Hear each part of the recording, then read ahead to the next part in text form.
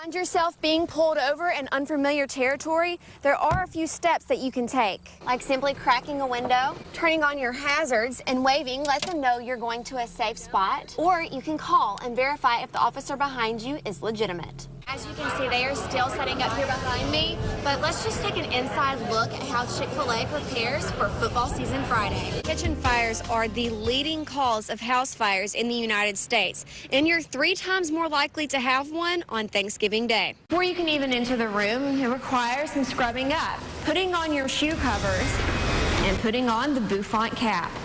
Once ready, it's time to enter the room, and they're ready to go. And this grade comes from a watchdog organization. They look at 28 different factors when grading hospitals.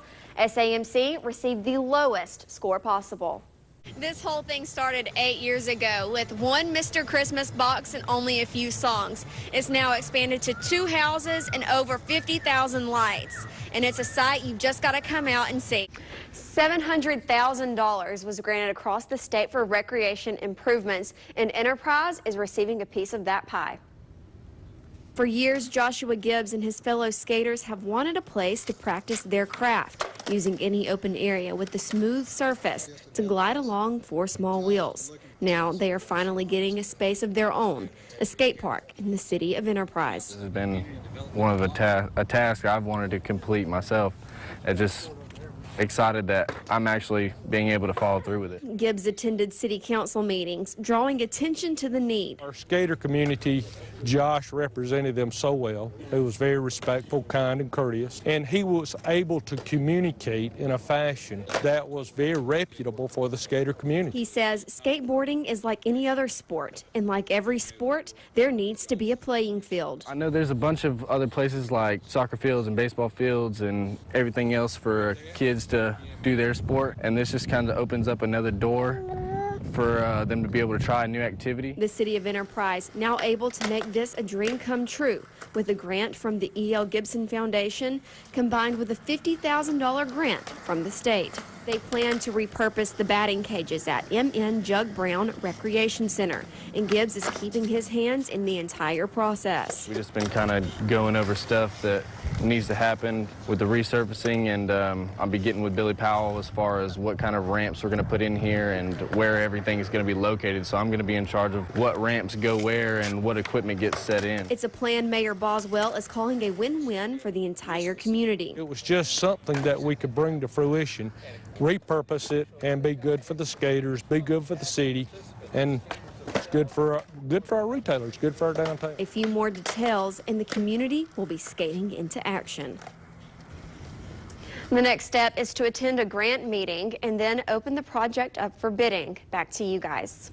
All right, thank you, Jen. Hi, Brianna. The Prevention Project visits all of Houston County and Dothan City schools, talking to the students about the issues that surround drugs and peer pressure in hopes that kids will make the decision to live healthy.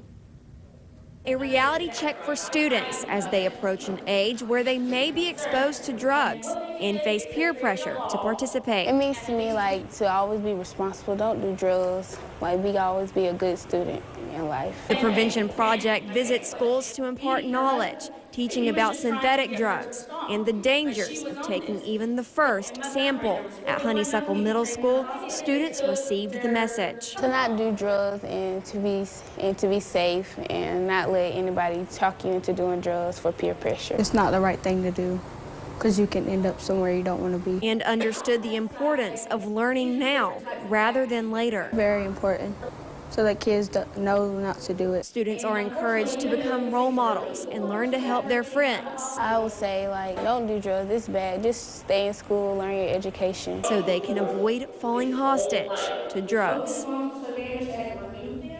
Honeysuckle Middle is one of many schools celebrating Red Ribbon Week, and the students have been learning about drugs and abuse since Monday. Hi, Ben and Brianna. Nikki Burns has found that videotaping her lessons is the preferred way to make improvements as a teacher. Training teachers and students, focusing on student success, and finding ways teachers can perfect their craft. That's what instructional coach Nikki Burns sets out to do daily. Watch.